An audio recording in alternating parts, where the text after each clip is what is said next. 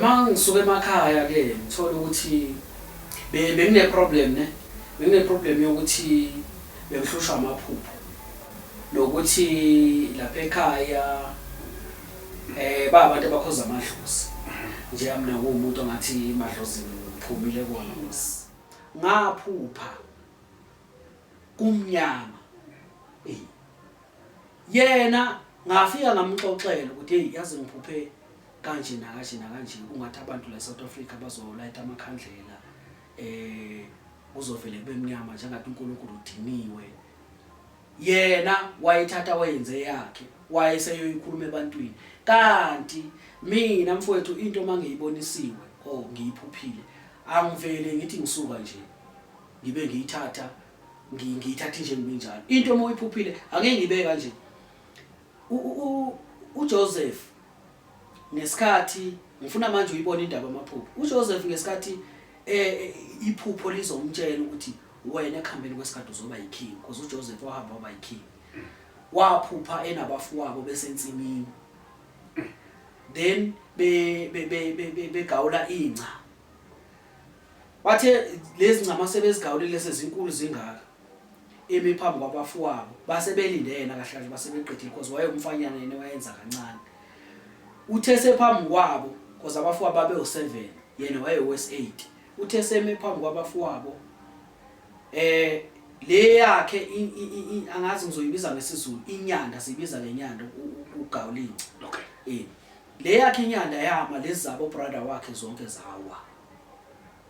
Lelo phupho lalichaza ukuthini. Wathi mayivuka ukuthi mangilandela ama video wakhe ngiloke ngihlehlana ngithola ukuthi hayi man lo muntu yonke le ekhulumayo yinto engangifika mina ngimxoxela ukuthi hey ndoda ngiphuphe kanje ngibone nokuthi nangana la ama 2000 abekhuluma ngawo ama 2000 wangakithi engangikhuluma ngawo ukuthi izingane zanamhlanje azizwa kwenze ku1 no2 no3. So wathi uthi yonke lento ayikhulume lapha yinto sasiyikhuluma mina naye. Ngomenzo ngwakwamneneke ngisuka le Dumbe bathi ke Goga yomuthi lena iNation TV SA lapho esuke sixoxela khona indaba ezahlukahlukene mawuqala ukusibukela namhlanje cela ukuthi usubscribe njengamanje kuphathile ubhuti wami sawubona ubhuti wami kunjani siyaphila kunjani mfowethu siyaphila nathi ngana mama ngithake ngivakashele namhlanje ngizocacisa ngento ebeke ngayikhuluma ngayishiya phakathi sinamhlanje ake ngizoyikhuluma nje ngiyibambe ngiyibeke ngiyikhulume ngiyivale kahle qede namhlanje qede nje namhlanje ngimbukela ukubukela njengamanje ekhaya ebuza ukuthi ubhuti ubani usuka lo khulumayo usamkelo wakamjoli Sibongo usebenza umkhulu elalini abathi kusemanje buti bengikhulume ngokuthi uSathane umfazi. Okay. Ngikhulume kodwa ngayishiya endleleni zange ngiyithe nje ngikhe phezulu ngisho kanjani ngolumi lesizulu bathi ngikha phezulu. Ngikhe phezulu namhlanje ngisale ngizoyibeka nje ngicacisa. Okay. Akasingenela because umuntu esekhaya mhlawumbe uyaqala ukubona episode yabona. Yeah. Ngithatha umuntu osekhaya umvezelo ukuthi wena ekhaya ukhule kanjani kuze kufike futhi kule ndawo le osukhuluma khona ngezinto zesonto ukuthi wena uyabonisa kanje akuchaze nje.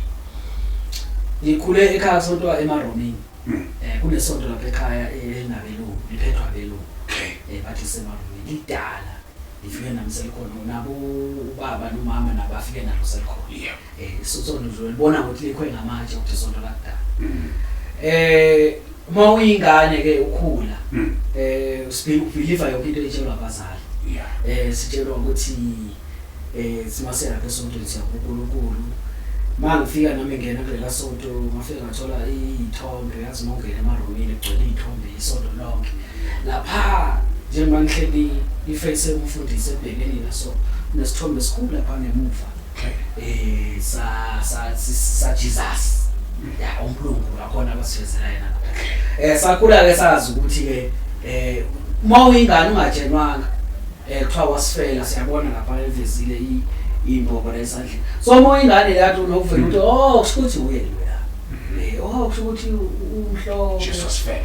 uJesu wasifela. Siyakhula sonke ke lapho sazi ukuthi uJesu umhlophe. 2026 manje abantu bazi ukuthi uJesu umhlophe. Okay. Mina ke ngingathi mhlambe angazi ngizothi mhlambe ngiyingane engezwa. Evele ifuna into ukuthi izenzele research ngokwayo. Mina ngithe mase ngimdala sengikhulile.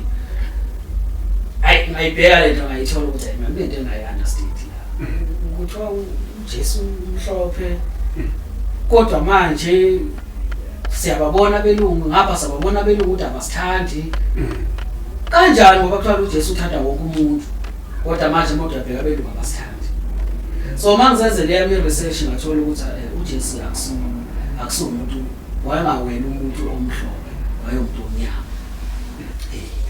So ngokuhamba kwami ke ngenza i-research because mina umuntu othanda ukuzenzela i-research uzofuna ukuzifunela into ukuze ngiyithole ukuthi okay kwenzekini kwenzakalani.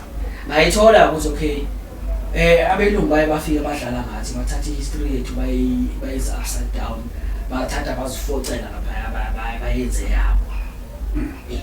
So ngabese cause mawukhulu ingane ngangitshe ukuthi abelungu abantu abaphila ngokaNkulunkulu. Ekulendozeni kwami ke kwi-research yami into engiyitholile ngithole ukuthi abelungu laba babengekho. Ngiyazi ukulalela ekhaya uzothi aqalile ukusikhuluma manga. Abelungu babengekho kanjani? Abelungu babengekho but kunale story esiloko esishiyo but singanaba le ukuthi kunengelosi ezawa. Angiqale kanje. Ngithe uSathane wayewumfazi.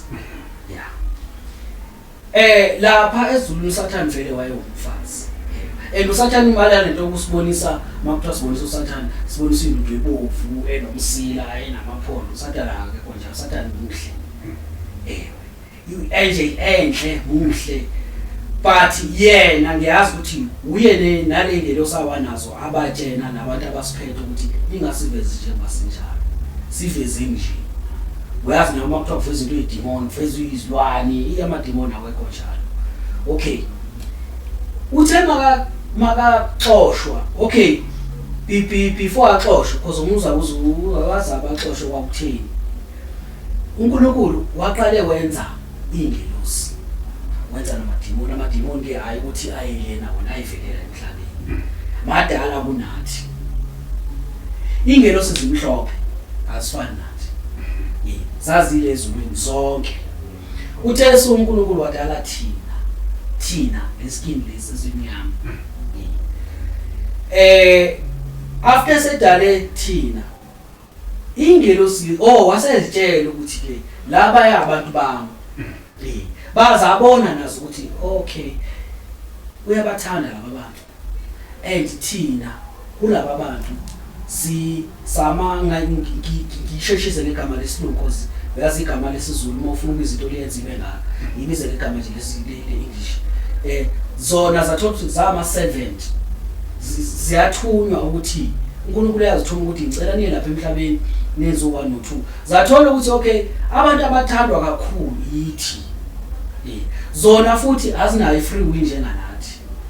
Wasuka lapho umsindo nokuthi uSathane wagcina ebona ukuthi okay uNkulunkulu naye benaye lapha ya ngoba uNkulunkulu wayemnikeze amandla ukuthi akwazi ukuthi imithandazo yethu le besiyithandaza liyaphlikorileya ayithathe because yonke into la emhlabeni uNkulunkulu yamthandaza ukukhala kwenyoni ekseni abantu abazi ukuthi umthandazo lo inyoni masikhala ekseni.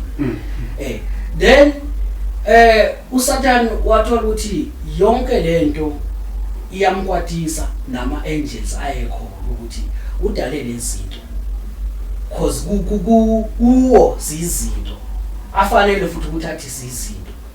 That is why ingane zabo abelungu besibiza ngamabhabhuna amagafela besibiza ngayo lonke into le. Ama angels are super intelligent nemimoya le amademon are super intelligent ahlakaniphe kakhulu ukudlula thina.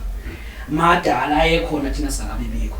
Mamela kwasuka umsindo ukuthi akwatiswa ukuthi la bantu oqeda kubenza laba balapho wawubathanda kangaka ukudlula thina. hayi ukuthi wayengazithandi naye ingelosi, but zazibona indlela enza ngayo towards thina abantu abamnyama, nendlela futhi nathi esenza ngayo sisaziphila kahle sisasebenzisana nenation. Bengakafiki laba abamhlophe kwasuka ingxabano.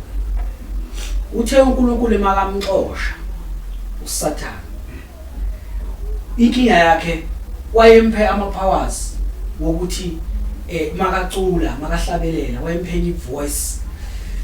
And futhi uSathane unama-instruments emzimbeni, unawo wonke ama-instrument, any instrument ongayicabanga. That is why umuntu laba mabethwala kumele makafuna ukuthi umusic wakhe abe phezulu, kumele usayine idini noSathane, umnikazi wezinto, umnikazi womusic. Mamela mayexosha ingelosi ziza la emhlabeni, mazifika la zafike zathi ukuze sihlukumeze laba bantu baNkulunkulu, singayikhohlwa le, sihlukumeze abantu baNkulunkulu, asenzeni abethu abantu benza bobani ke abelungu, thengelosi zinjani zimhlophe, benza abantu babo abafana nabo, baqede babathuma bathini, wozani hambani niyohlukumeza kwanti ekuthi ufika kwabo bafike benzani, abasihlukumezana ya basihlukumeza. Baqale phi into eNigeria, bathatha amaNigeria bacrossisa ulwandle bawenza islave ngale America, bacross ulwandle bafike benzani mabefika kwaZulu benza ngathi beze ngesihle kanti bayazi babona bathunyiwe, bathunywe uQueen Elizabeth. Oqala why bephathwa yiQueen belo, why bephathwa yiQueen? Baphathwa yiQueen is because vele umuntu ophethe vele bala emhlabeni it's women, Satan.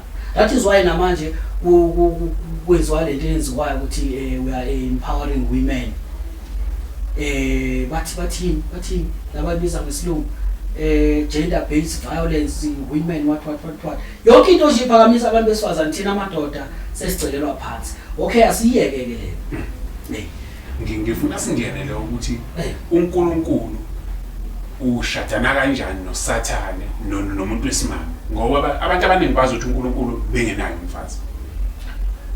uNkulunkulu uSathane njengoba wayemenzile kuyiyona ngelosi enhle, ibathi yona ngelosi eyayisondelene, zazikhona ezinye kodwa ebeyisondelene naye bekuyena uSathane, uLucifer uyena.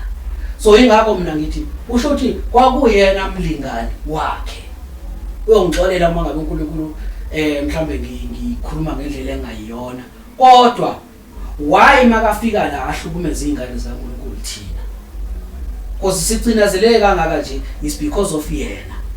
Uye ofike wathuma nabantu bakhe abamhlophe bazosicinazela, wayeka amashaya namandiya nazonke lento ezimhlophe, ingane zawo ama-fallen angels abafike bazenza la ukuthi bazithuma ukuthi zizohlukumeza thina. I-Egypt indala yafika mkanye nathi thina bodaki. uNapoleon wayephulelana impumbu zamastatue lapha e-Egypt, angethi wanyanyiswa yini, wanyanyiswa ukuthi uyabona manje ukuthi ihistory ayitsheliwe i-wrong. Naba abantu abasuperior, naba abantu bokuqala emhlabeni yithi. The more they dig past izitasho ababethola phansi, babethola into zabantu abamnyama, mabengena ama-caves babona bathola iziphiye, bathola naba abantu bokuqala babekhona, hayi bona njengobabona betshelwe ukuthi bona basuperior kunathi. Labantu basifice sila njengoba ke mfowethu ukubona la lento eyenzakalayo manje, le yenzakala ngoku leyo ukuthi isixosha abantu bangaphandle eSouth Africa. Leyanto leya iyabajabulisa abelungu ukuthi uDaki xobana yedwa, bona bamile labeme khona babhekile bahappy lento yenzakalayo, ngoba yayenziwe yibona.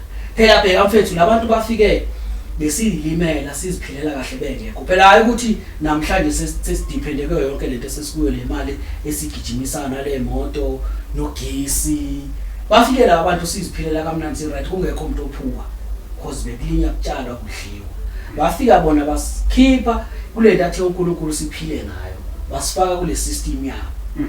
Bathe besuka wathi uSathane bhekanike senibafundisile imali futhi la benafika bekhona bephila kanjani asekho bonke sekusele ingane zabo zazi ukuthi kuphilwa kanje bekanike manje lawa amazwe oZimbabwe kokuyali nabo Nigeria yenzani kanje wenzena bephuwa iSouth Africa niyenze bengcono kusenzela ukuthi zonke lezi zizwe lezi ziye lapha eSouth Africa logcwala ngokuthi why target iSouth Africa uSathane ngesikhathi uNkulunkulu ekhipha abantu elento zini eGibhithe wathi wayebehamba noMoses la abantu bahamba 40 years ba cross ulwandle babeza kuphi eSouth Africa yiyo the history repeat itself usalwa nathi njengoba wasibalekisa leEgypt wasiletha la waphinde wathi balandeleni that is why manje letha yonke phela ayikho inhlobo engekho la eSouth Africa ayikho inhlobo yomuntu engekho la South Africa mana usho ukuthi uMoses ekhipha abantu eGibhithe wabaletha la wayekhipha abantu beze South Africa yes okwabantu abamnyama iSouth Africa kanti wathembisa uNkulunkulu wathi nginisa elizweni eli rich elinayo yonke into eliphi ilizwe rich nayo yonke iAfrica South Africa futhi le kuyona mfowethu akhona amanye amazwe wayengawatargetanga wona wayewatarget eSouth Africa yona phela uSathane ukukhumbula ulwesana noNkulunkulu yonke uNkulunkulu into ethe ayibe so yena uzothi so iSouth Africa le uSathane usalwa nako impi ayikapheli isaqhubeka lehampi ayiwina ulo uMoses uSathane yena akaqedwe usayiqala phansi ngikhulwe ngumuntu ukuthi kunezinto engiziboniswayo ngiyingane kodwa uyazi uma uyingane uma unokuboniswa izinto nongazithatha serious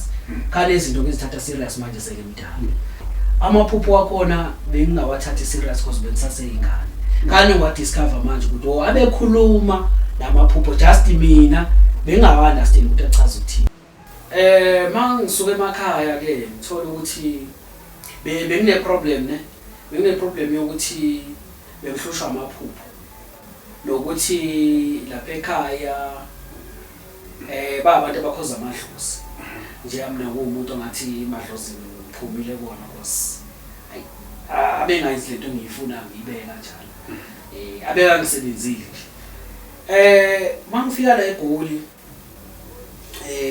ngathola ikhampani ebengisebenzele security kunomnye brother bengisebenza naye ngilonge ngimxoxela ngamaphupho engiwaphuphile yena uyasonta mina ngisondi so every day mangimxoxela nga something engiyibonile engiyiphuphile yena bekanobhala phasi akhoda amavesi angitshela ukuthi mhlambe lento ichaza ukuthi yenze kanje ukuthandaza kwenze kanje so yonke into bengiyiphupha bengivele ngifike ngixoxela because besiporekile msisemsebenzini ubhuti lo ngikhuluma ngayo ukuthi umdumile manje uyazi bengisebenza naye bathi ubrother bambiza kanjani brother Enigma so nginenkinga yokuthi yiloke ngiphupha lamaphupho nginenkinga futhi nasekhaya bagcina indaba amadlozi ukuthi kumele mangigodukile ngifike ngishisa impepho mina ngizingene mina lezo zinto le ndawo zokushisana nempepho uma ngifikile ngibeke isikhwama ngezinto engiyenza mangibuya ngiyabuya nginasikhathi sesizathu sozinto lezi ngifike ngimxoxele njalo umfowethu ukuthi yazi mfowethu nginenkinga kanje indaba amadlozi ekhaya ngimxoxele ngamasonto then sibuye sikhulume futhi nangezinto nje kuhlaleni ukuthi amasonto abo Dibora wayebegunda lesashiko kwenzakalani sixoxe nangala amasonto lawo bhedayo ukuthi kunamasonto abantu abazi ukuthi amasonto based on uNkulunkulu kanti amasonto azi ukuthi wona hamba indlela zokunyama sikhuluma ngaleyo nto leyo so ngizwe ukuthi brother khulunywa ngayo mina ngazi ukuthi uPhilip igama lakhe because benginobona amasali OB lapha kubhaliwe uPhilip ngithi okay hayi manje makulokho brother yini because angamboni yabona ngithi asikhulumela ngomunye umuntu hayi kodwa into eyangicasula iyodwa ukuthi zonke lento ayikhulumayo izinto esasizwe engangiza nazo mina ngifike ngimxoxe ukuthi yazi sengihluphe kanje sengibone kanje nakanje mangilalela ama video wakhe ngiloke ngihlehla ngithola ukuthi hayi man lo muntu yonke into ekhulumayo yinto engangifika mina ngimxoxela ukuthi hey ndoda ngiphuphe kanje ngibone nokuthi nangala ama 2000 abekhuluma ngawo ama 2000 wangakithi ngangikhuluma ngawo ukuthi izingane zanamhlanje azizwa kwenze u1 no2 no3 so ngathi uthi yonke lento ayikhulume lapha yinto esasiyikhuluma mina naye so njengoba webhala pha senginikeza ama quote amavesi usho ukuthi yena uthe maya kwi podcast wakhuluma angithi nje kahle lo muntu wantshontsha yonke into emine ngake ngixoxela yona yena wayenze yakhe istory wasenzisakhe then kuliya kaShembe mina ngake ngixoxela ngokuthi kunomfo owayesonta kaShembe othi yena walanda uShembe wayesegula ngekhanda wasehlala kodwa wasindiswa uShembe so wayethi nami ufuna ukuthi siyosonta sonke ilento isonto namasonto la kaShembe then mina ngithe mangizenzele research ngalento kaShembe ngathola akusinto right then mangifika kuye ngamxoxela lo then kwi research yami ngazitholela mina ukuthi amasonto kaShembe asebenza kanje as